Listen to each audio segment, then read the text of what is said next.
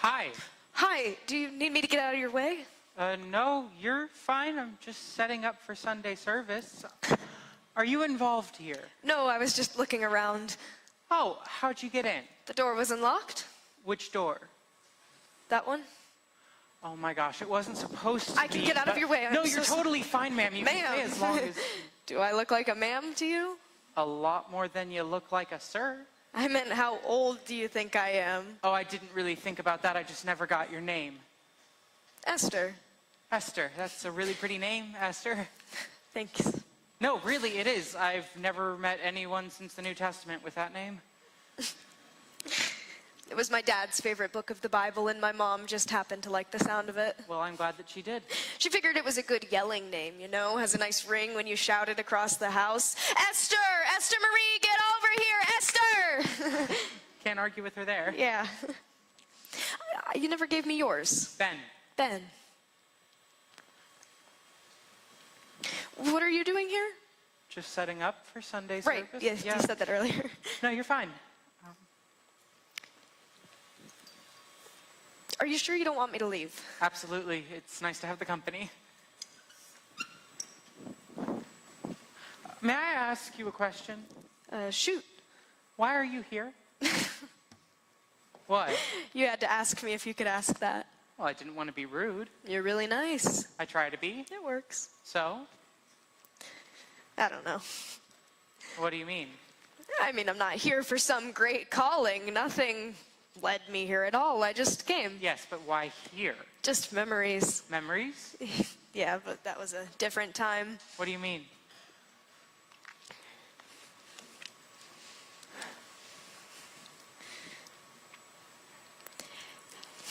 In case you couldn't tell, I haven't been to church in a while.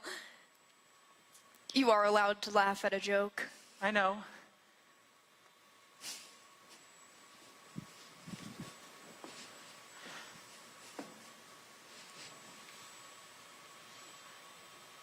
What? Nothing. No, not nothing. Yes, nothing. Ben, I'm a girl. We know that nothing always means something. You can ask me anything, I promise. Promise? Promise. She's gonna ask why you dress like that. It's kintsugi. Can what? Kintsugi. It's an art form in Japan where they fix broken pottery with gold lacquer. It's a lot like being goth, like me.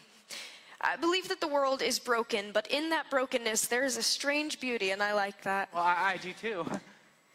There's actually a legend that says when kintsugi began, people would take bowls, fine china fit for the emperor type bowls, and willingly smash them to pieces just so that they could ornament the cracks with gold glue. I don't know why, but that always made me happy. Well, I do know why, but it's kind of Well, why? No, it's dumb. Okay, you're in a sanctuary. You don't need to worry about being dumb, Esther. Really? Really? I mean, God doesn't care if you're in a pink dress or a leather corset. Well, John Wesley might, but he's not God, so who cares? It's your heart that matters anyways, so spill. Well, I like it so much because I like to think that somewhere there is someone who doesn't see me as broken, but sees me as fixed, you know? So many people I meet hear my story, and they look at me like I'm a cracked bowl. They wonder how I can manage to keep going, how I can hold any water. They look at me and they think, how can I fix that? Rather than just listening like they have to be the saviors. I've met a lot of them. Really? Yeah, they're the ones who made me hate God for a while. You? You seem surprised. Just that they'd let the sinner set up the service. Of course they would. What do you think this is, a hotel for saints? Any church that denies its sinners love is no church at all. Then again, the church isn't the building, it's the people, right? Ooh, you seem to know a lot. I didn't always dress like this. Well, it would be odd to see a baby in a corset. It's not what I meant. I know.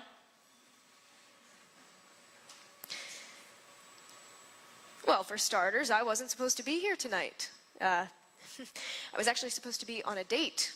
A really good date with a really good guy. Obviously, I'm not anymore. I'm here. Sean, the boy I was supposed to be on a date with, is currently at the movies with Jace. Jeez, she's awful, really, she is. This girl has flaming pink hair and constantly complains about everything. I went to a party she threw last year, and she was just so upset. I mean, she had this whole bar set up, but she kept complaining because it wasn't level, or it looked like garbage because it wasn't lit right. But I tell you what, when you go to a party, no one cares what the bar looks like. They only care what it has, and Okay, sorry. so you got dumped, you decided to become a goth, and now you're No, that's a really dumb reason to do all this. So why did you do it? You don't want to hear that. Yes, I do. It's a long story. Okay, I have plenty of time. It's pathetic. No worse than mine. It's sad. You're wearing enough black for an entire funeral. Was not expecting a rainbow. Touché. So? I was raised in the church. I remember waking up at 8 every single Sunday to go to church. I mean, we were Methodists, you know, the fun ones. Yeah. Dad would take me to church, and Mom would tag along sometimes. We rode in the magic van. It was this gold minivan that was just falling apart. Dad was always making up stories as to why the doors were creaking or why the engine made a noise. Like, there was one time when I was 7 that there was a hiss followed by some smoke from the engine bay, but Dad told me not to worry. He had gone on a hike in the woods earlier, found a dragon, put it in the engine compartment to keep it warm, and the hissing and the smoke was just it waking up. I believed him, I really did. Sunday was my favorite day of the week. I mean, I got to go to church and see friends and play and sing and laugh and wear dresses, and Dad would take me to lunch, and then after we would go home and just watch a movie or run around, and it was great. That sounds like a great time. It was the best. I must be missing something. Yeah, you are. What happened? When I was 14, I got sick. Like, I got really sick. Like, I could barely move and could barely breathe type sick. I was scared. I mean, I couldn't dance or run or do anything. I was just sick. When you're 14, they don't tell you what's wrong. They just tell you to relax. Mom was with me, but she wouldn't stay at night. I mean, she didn't have a choice. The nurses made her leave. So I would sit alone, awake every night, and I would just cry. I cried to God, and he was silent. He did nothing. I was broken and alone, and I wanted to believe so badly that God was there, but I was alone.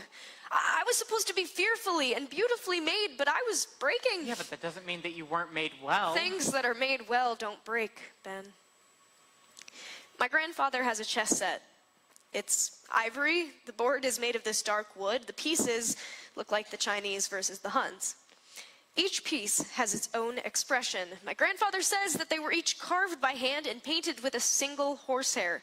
I mean, I can truly believe that. It's stunning. It's one of the most beautiful things I've ever seen, and I wasn't allowed near it until I was 16. Someone sat down and for years whittled away at the tusk of an elephant until they had made one game. One single solitary game, and it still looks just as beautiful as the day it was finished, and it's lasted for over a century. That was fearfully and beautifully made. It is still complete. That hospital is when I became a goth. All about the beauty and the broken bits. Kintsugi. You ever think that maybe God had a plan in all of that? Don't give me that garbage, Ben. It's not garbage. I'm just saying that maybe there was a reason why you got sick. Maybe it's your story to tell. Maybe there was. Maybe there was a reason that all of this happened, but that doesn't make it right. Esther, I'm just... Oh, and there you are, doing the thing that everyone else does. You do that little side tilt with your head, and then you look at me like I'm a lost dog with a broken leg. You look at me like I am helpless and alone and like I don't know what I'm doing with myself, but I am not. I fight. I have to fight every single day. From the moment I wake up until I get back in bed at night, I am fighting tooth and nail until I can finally breathe. I can't just blindly obey in something I can't see, Ben. And you don't have to. I mean, what do you think that faith is? Believing in the invisible? Do you think that faith is sitting in a pew and singing songs with your friends to conjure up the shared vision of a man who lived 2,000 years ago? It's not. None of that. Then what is it?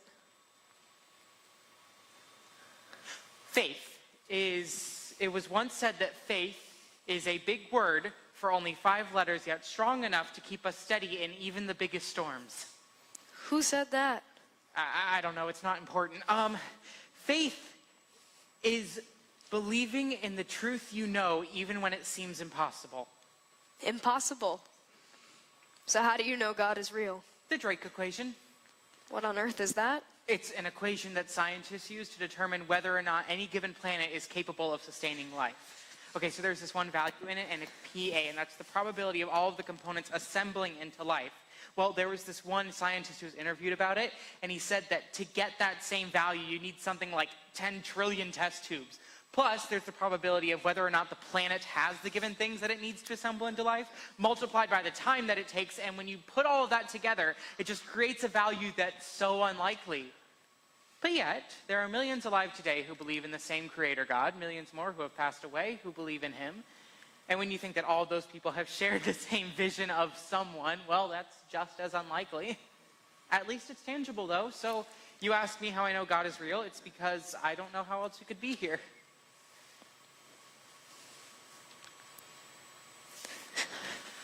It's hot in here. They keep the AC on 78 during the week. Why? No one's ever in here other than me, usually.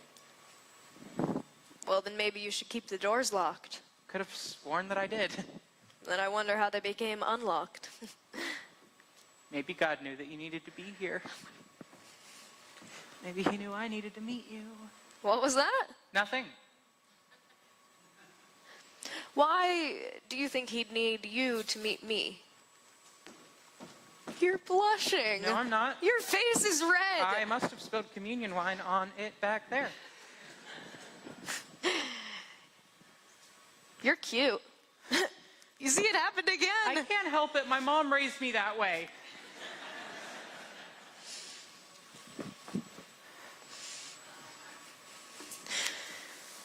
So why did you stray?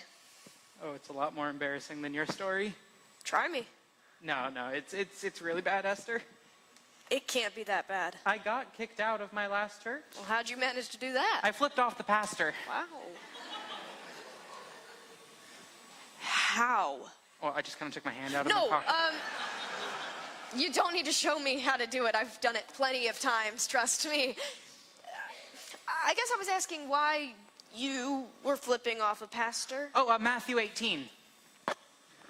If one of your brothers or sisters sins, call out the fault between the two of you, and so on and so forth. Okay. Yeah, it was nothing like that at all. Sort of.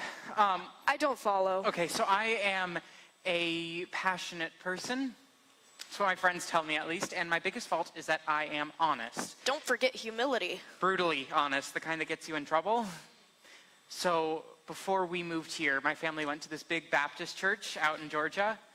And the preacher there really liked being a preacher.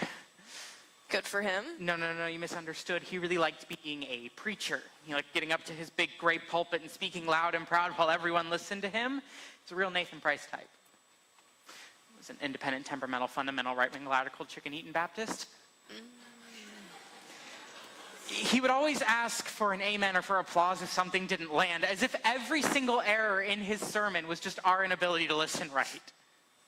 So I was singing that Sunday, and I was feeling really good, in all honesty. You know, I had just done my duet, and I was going to go back up and sing solo for the offertory. Well, that's when the pastor started to get on fire, you know?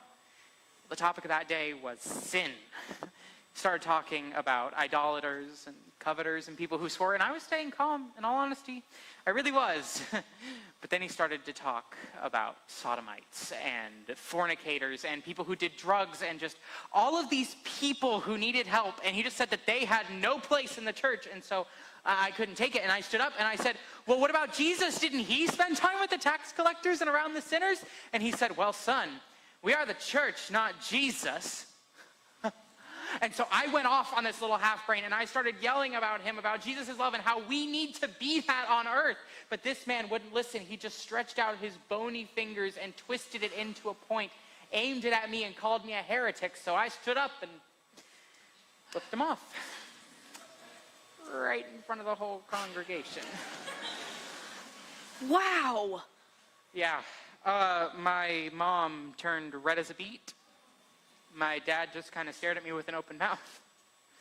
Pastor quickly regained control of the whole congregation, and they started to listen to him, you know, besides the 3 ladies that fainted in the front row. When it came time for the offertory, the piano player started singing before I could even get up. After the service, as we were leaving, the pastor calls me over for a prayer, so I go over and we bow our heads, but we didn't pray. Just told me, never come back here. So I listened. So that's when you came here? No, that's when I left the faith entirely. Oh. I mean, come on, who today besides Christians is going to tell you that faith is a good thing? For most, it's a scam designed to get your money. And the few Christians do talk to act like there's some demon that's possessed you and they got to cast it out. Believe me, I know. I went back to church last Sunday. I don't know why I went. That's a lie. I do know why I went. My mom wanted to go. I don't know why she wanted to go, but she came up to me on Saturday and she looked at me and she said she wanted to go back to church. And I said, okay, do you have anywhere in mind? Do you want to go to the garden or a new one her work friend told her about? She said she wanted to go to the Gate. It's what they're calling the Old Baptist on Main now. Okay. So we walk in, and the first thing I noticed is that everything is completely different. I mean, the seats were new, the walls were dark, there was new lights everywhere. It was beautiful, really, but it just felt off. They'd put it in a coffee bar, so I walked up to it to get a free cup of coffee, because, you know, why not? And I was handed a cup of black coffee. Okay. No, I like it black. The issue is when I looked down at the cup, it had the church logo on it. It said the Gate on it, and I just about cried. Did you know that those cost $1.11 per cup? I didn't spend days researching the best prices, but a styrofoam cup is a nickel each. Imagine what you could do with the $1.06 you save every cup you buy. How many hearts you could touch, how many lives you could bless, how many people you could just... Anyway, it upset me so much because it made me think that they did the very thing that Jesus drove the money changers out of the temple for. They made church more about the brand than the Savior, and my mom and I just agreed that we're not going to go back. I called Sean that night, and I sat in his car for about an hour, and I ranted. I ranted about those coffee cups. I ranted about my father and about how I couldn't believe that there was a father out there that cares for everyone since... Wait, what happened there? Ben, you're amazing, but You don't have to tell me, Esther, but you can. They've changed a lot here, too. Didn't know you've been here before. This is where we came when I was a kid. Oh, how long's it been? 3 years. That was quick. Yeah, some things you don't forget. I was more at the kids' church usually, but I did come in here once a month. I mean, they would do the hymn sing-along, and I was always there for that. Well, we still do those. Really? Yeah, we're doing one this Sunday. Nice. You know, Pastor needed some time off, and we figured it was a good enough excuse for him to sleep in. Good for him. In theory. In practice, pastors don't sleep. What happened to the pews? We've been renovating. Pastor said that if we wanted to be here for another 50 years, we have to look like we did something in the last 50. You must be pretty close to him. Well, yeah, I mean, I want to become a pastor. Why on earth do you want to do that? I mean, I just get to thinking about my old pastor and how many people must be out there hating God because of a bad sermon or a bad Christian that they've met. You know, I want to be the one to remind them that he's not the bad guy. He's the Father, you know? Father. What does that mean, Father? Fathers are nothing but people who are selfish, and they leave when you need them most. Fathers are nothing but people who don't care about you and they walk away when times get hard. Why would I pray to that? Esther, what happened? I was 15. You know the age where you really start to become a woman? I remember being in and out of hospitals. They always wanted to check on me to make sure I was negative. Mom was always driving and Dad was always working. I didn't see him that much, and Mom was never quiet. You know, I mean, she wasn't talkative necessarily, but if you asked her a question, she would answer you with more than just a look. It was August. It was a Sunday, actually, and I remember waking up to my dog Brandy giving me these big fat kisses all over my face. I had to wrestle him off of me, and then I jumped in the shower, and then I got dressed, and I put the long pink dress my dad bought me on. I never wore black to church. I always wanted to make him happy. We got in the van, the magic van, and we put on Hezekiah Walker. We sang every praise, and I was so happy. When we got to church, we walked in here, and we sat down just about there. The whole service, he had his arm around me, and he kept looking down at me with a tear in his right eye for some reason that I didn't know at the time. He still got rid of it quick. After the service, we went to Waffle House, and I got a blueberry waffle, and we laughed and joked and smiled. We smiled. He smiled. We got back in the van. We went home. As I was getting out, he hugged me and told me that he loved me. He then told me to go tell Mom the same thing, and so I grabbed my purse that I brought with me, and I jumped out of the van, and I went and I hugged my mom, and then I heard the van drive away. And I just sat there, and I meant to run after him. Dad, I meant to run after you, and I didn't. I'm so sorry.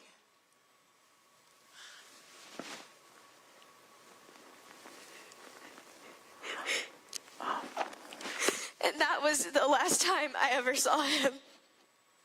Mom just hugged me to her chest and she told me it was okay. I went into my room and I just sat on my bed and I cried. I cried like the scared little girl that I was. After about 4 hours, I sat up and I prayed. I prayed every prayer I knew. I prayed every prayer I could find. I just wanted to see my daddy one more time. When my throat got too dry to speak, I just sat there in the silence and I listened for some voice, for God, and the silence screamed back and made me deaf. It's been 3 years and still nothing. Everyone says that God is a father, but what does that mean? Everyone says that God says that anyone who is sick and broken can come to him and be healed, but look at me, I'm still broken. And I want to believe in God, I really truly do, but I just can't. I'm not a kid anymore. I grew up, I threw that pink dress out. And I know it's my fault. I know I am the one choosing to not believe in God. Then Esther. I had the flu. That's why I was in the hospital. I had the flu. I don't know why it got to me so bad, but for some reason it just did. If I weren't broken, I would have been fine, and my dad wouldn't have been so stressed.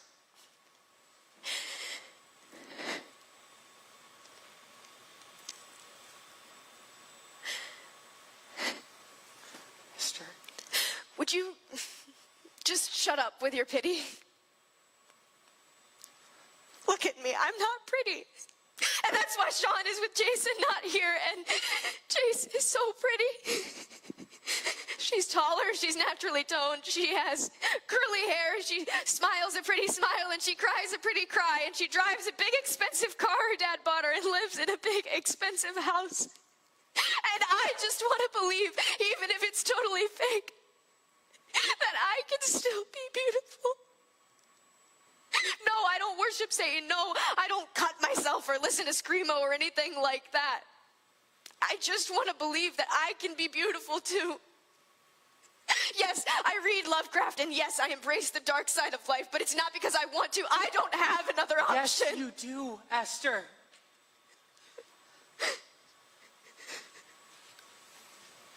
Stay right there.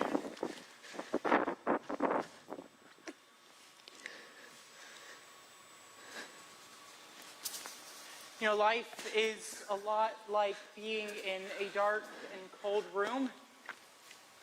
You don't know where you are, you don't know where you're going, you just know that you need to get to someplace warmer, someplace brighter, someplace better tomorrow than where you are today. So, you know, a lot of people, they turn to the pleasures of this world, you know, the temptations, the vices, the sins, well, it's a lot like this candle.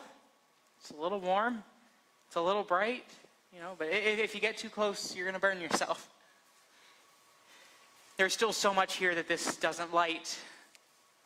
There's still so much that you can't see, but yet there is another light, another big, bright, beautiful, warm light, and that's the light of God. The trouble is that the candle's here and that light's behind you, so you got to have faith that it'll be there when you turn around, but if you do, well, you'll find it so much more beautiful than that candle could ever hope to be. I don't know, Ben. Oh, you don't have to. God invented time, he can surely take it too.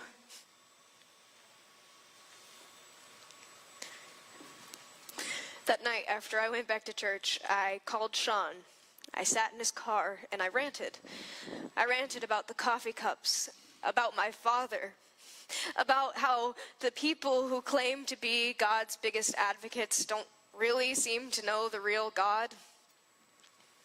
He just looked at me in response and started praying that the demons flee from my life, that I speak to him instead of the evil that had been speaking to him that night. I just got out of his car and I walked home. I walked 2 miles at 11 o'clock at night because I couldn't stand to be in that car anymore. And it was then when the one truly beautiful person that I ever knew threw me out that I knew I was alone. But you're not alone, Esther. At the very least, you have me. Esther. Esther is the name of a person who saved so many lives, who saved the Jews from destruction at the hands of Haman. Somehow, I share her name. I just want to do something to get me remembered. Like Jace is an athlete, and she's really good too. She always wears those shorts that make the boys stare. Mom didn't want me to wear those, nor did Dad. So I thought if I can't wear those, then I will do the best I can. I put on this outfit, and it's my favorite. I bought it myself, actually. It doesn't matter. That's who he's with. That's who he chose. She has a letter. I draw. That's it. I wear black and I draw. I got in my car tonight and I just started driving. I drove past here and I turned in. I would have brought a change of clothes if I'd known I would have been here. I wish I was you. I wish that I wasn't fixed. I wish that I was unbroken in the first place. No, we're all broken, Esther. It's just a matter of whether or not you're going to go and get yourself repaired, that's all. What's that? It's a piece of music for Sunday. What song? I don't know. Doesn't say. I don't read sheet music. I used to play piano. Oh, well, give it a go. See if we can figure this one out.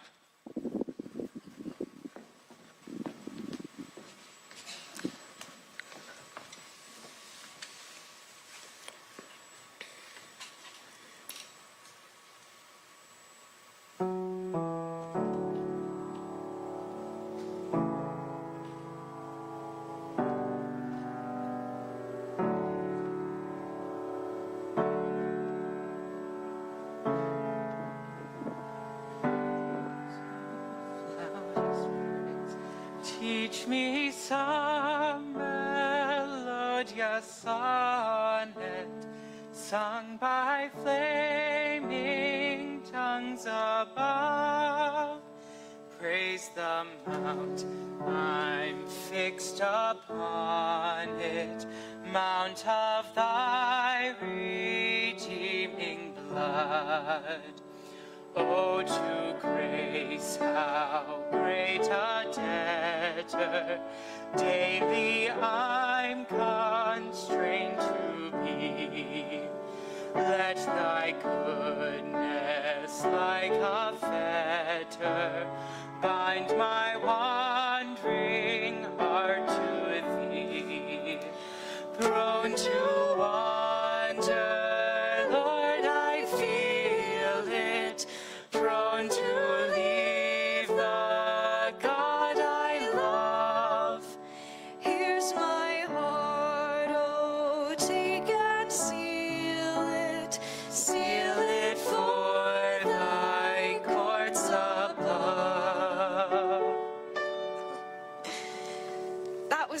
always my favorite. Mine too. I always loved that line, the prone to wander, Lord, I feel it, prone to leave the God I love. Always gave me hope, because we're all gonna fall. Sometimes you just need a hand back up. We're singing it Sunday. Nice. You should come. I can't go alone. Okay, then I will sit with you. 9 o'clock. 9 o'clock.